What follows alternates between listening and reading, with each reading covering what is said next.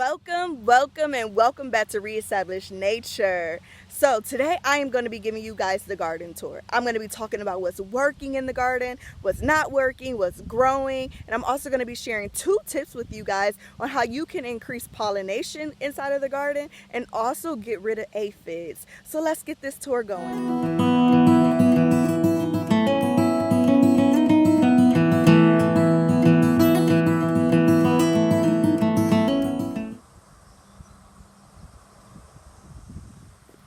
Alright, you guys, we have our potatoes over here. Again, remember these are the red skin potatoes that are actually starting to flower, which is a really good sign.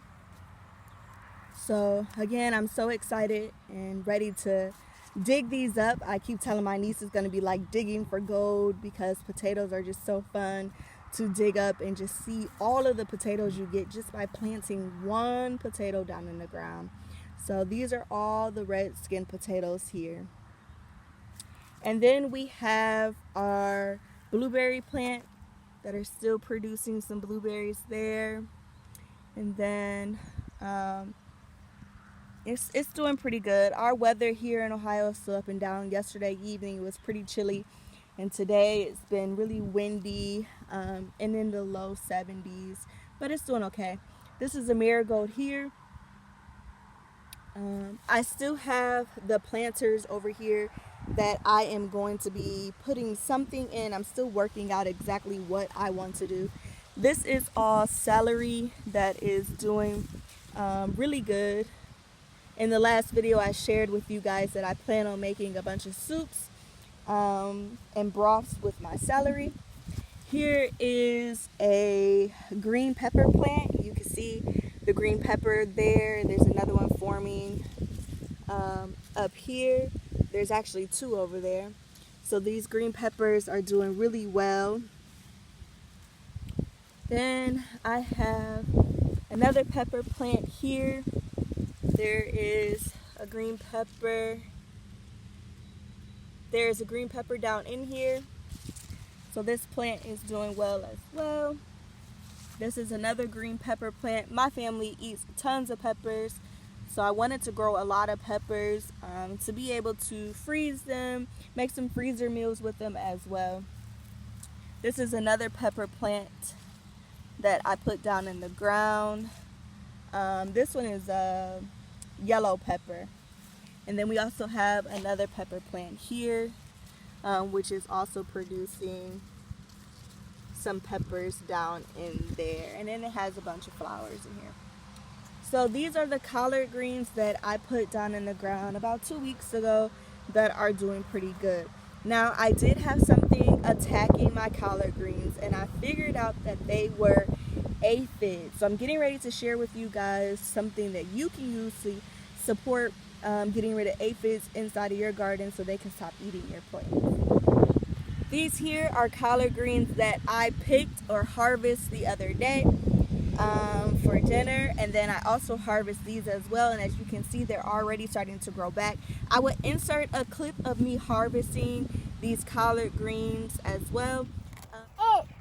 Harvesting collard greens. Got the sun in the garden.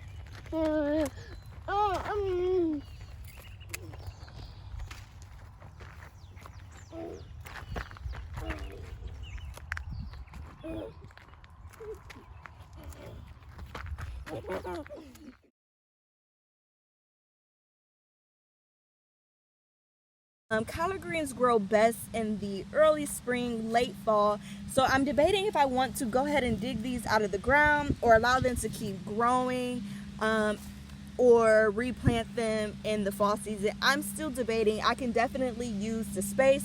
So I'm still debating on what I would like to do with that. Here we have another marigold. These are carrots that are doing really well in the garden. I want them to get a little bit bigger, so I'm going to just leave them down in there to continue to grow. Here was a pea plant that I harvest as well.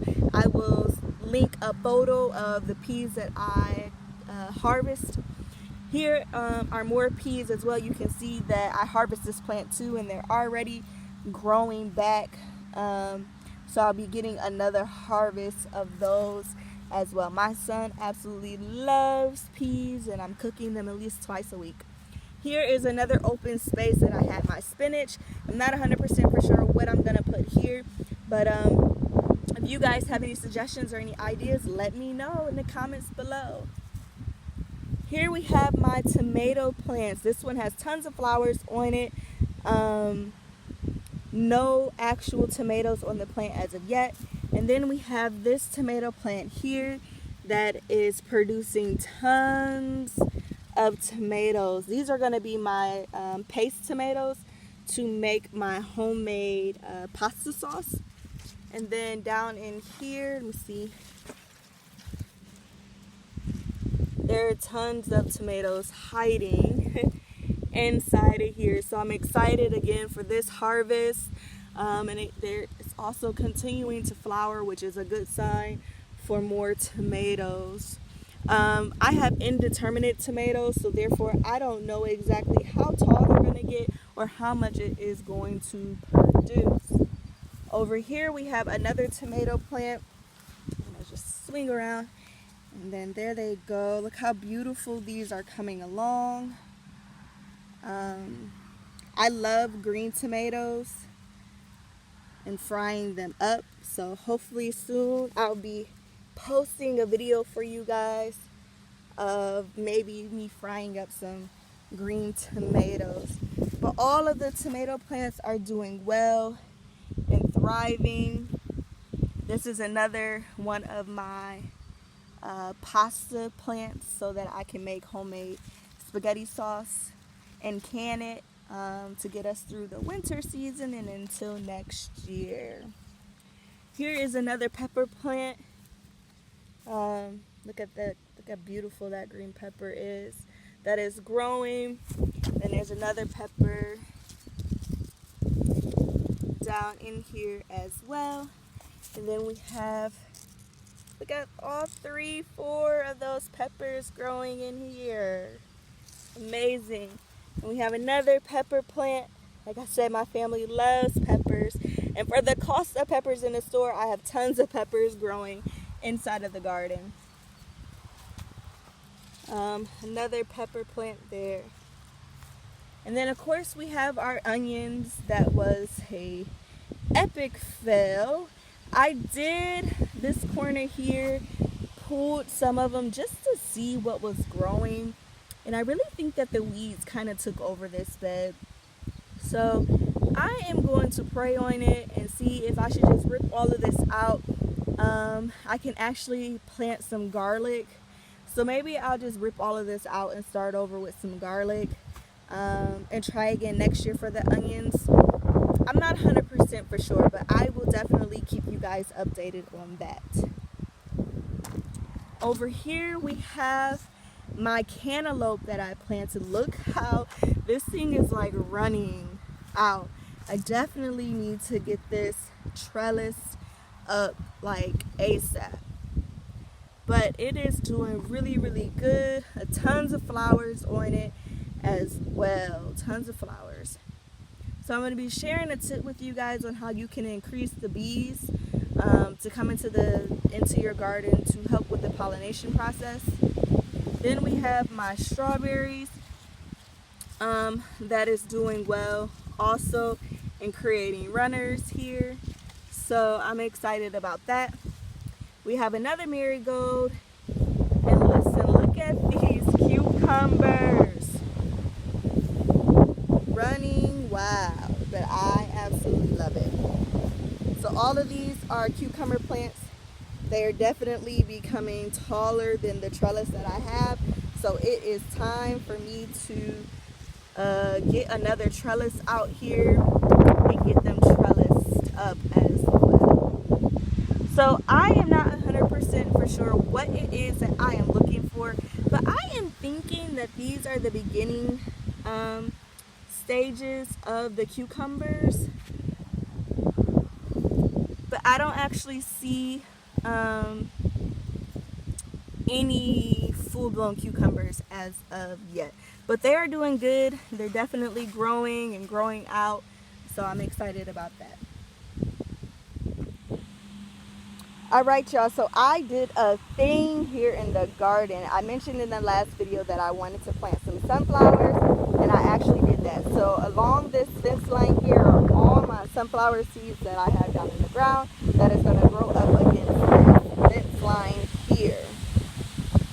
Then I also have this container here that I am going to be growing some of my herbs in, so stay tuned for that.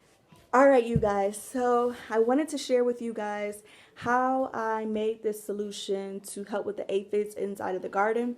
It is super windy outside, so I came in real fast to just share this with you all.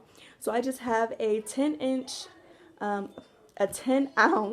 spray bottle filled with distilled water, and then I put a few drops of natural dish soap inside of it. And I also use spearmint essential oil and lavender essential oil, probably about 10 to 12 drops each. Mixed it up, and then I sprayed my collard greens last night with this solution. So you just want to spray the base of the plant, the stem of the plant, and the leaves of the plant on both sides to support getting rid of your aphids. I don't have a huge infestation of aphids, but I am going to spray this for the next few days just to ensure that they are gone so that my plants can continue to grow healthy. Also, inside of the garden, I have another spray bottle just like this. I forgot to grab it.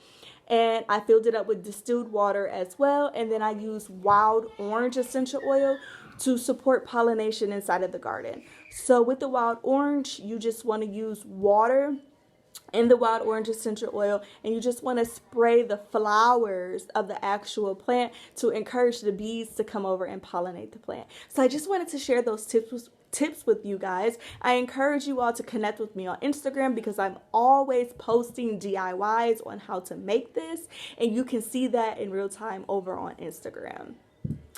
So thank you all so much for joining me for week 7, our summer garden tour here at Reestablish Nature. And until next week, you all have a blessed week. Thank you.